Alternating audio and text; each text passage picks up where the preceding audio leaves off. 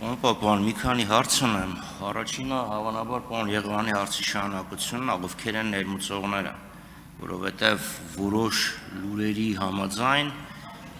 մի քանի խոշոր ներմուծողը ներմուծել են սկզբից եւ քվոտան փակել է։ Այսինքն կա որոշակի բաշխում 5000, ասկն 3000 մեքենա բերել են Պողոս Պետրոսը, Մարտիրոսը, Կիրակոսը, 4000 Վաչագանը եւ ինչ է կա այդ բաշխումը թե ոչ։ Երկրորդ խնդիրը ձիաուժի հաշվարկի մասին է վերաբերում, որովհետև ելի լսել են բողոքներ, որ տարբեր մարդիկ նույն մեքենայի համար տարբեր հարգույքարկ են վճարում, որովհետև նույն մեքենան է, նույն շարժիչն է, բայց տարբեր ձիաուժերա ներկայացված։ Եվ երրորդ հարցը անկեղծ ասած չհասկացա էներգետիկ անվտանգության հետ կապված, որովհետև այո, քիչ գազով աշխատող մեքենա լինի, քիչ գազ կներմուծենք, քիչ կախվածություն կունենանք, բայց այդ մարդկոց եմ ասում, աղբյուրը, որից էլեկտրամեքենաները հոսանք լիցքավորվում են, միևնույնն է գազից են ստանում առաջնային էներգիա։ Շատ լավ, շնորհակալություն։ Առաջին մասով ես մի անգամ վիճակագրություն ազգային ժողովում ներկայացրել եմ այս տարվա մեջ։ Հիմա այս պահին եթե իմանայի այդ հարցը նորից կհնչեր այդ վիճակագրությունը կպատրաստեի, հաջորդիվ կներկայացնենք երկրորդ ընթերցման ժամանակ, եկեք պայմանավորվենք նաև տվյալները թարմաստեն, բայց այդ տվյալները ես ասեմ ինչ էր։ Այնտեղ մենք ունենք այսպիսի կետ, ասում ենք, եթե ինքը ունի ուրեմն այդ որ պաշտոնական ներմուծող է, պաշտոնական դիլեր է, ասում է եթե ինքը պաշտոնական դիլեր է եւ այլն։ Երբ որ այդ պաշտոնական դիլերը բանը հանում էինք, տակը մնում էր մի քանի տասնյակ մեքենա։ Այսինքն իրականում այդ խնդիրը չկար, օրենքով մնացածը կարգավորված էր։ Սա մեկ։ Երկրորդ հարցը հետեւյալն է, քանի որ ձեր հարցադրումը ունեն նաև ինչ-որ տրամաբանական շարունակություն պարոն Եղոյանի հետ, ես հիմա այստեղ մի բան ասեմ։ Հնարավոր է, որ այս 3000 քվոտան չօգտագործեն մեր դիլերները եւ ասենք օրինակ 200 մեքենա մնա։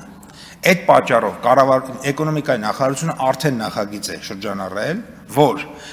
դեկտեմբերի 31-ի դրությամբ, եթե օրինակ պայմանական 256 մեքենա մնացել է, 5001-րդը, 5200-րդը, մինչև 5252-րդը հերթականությամբ նայելու ենք եւ այդ մարդկանց վճարած մաքսատուրքը հետ ենք տալու։ Էական չի, մեքենան թանկ է, էժան է, թիվը եւ այլն։ Հերթականության տրամաբանությամբ տալու ենք։ Պապան, հարցս վերաբերում է ոչ թե դիլերները բերել են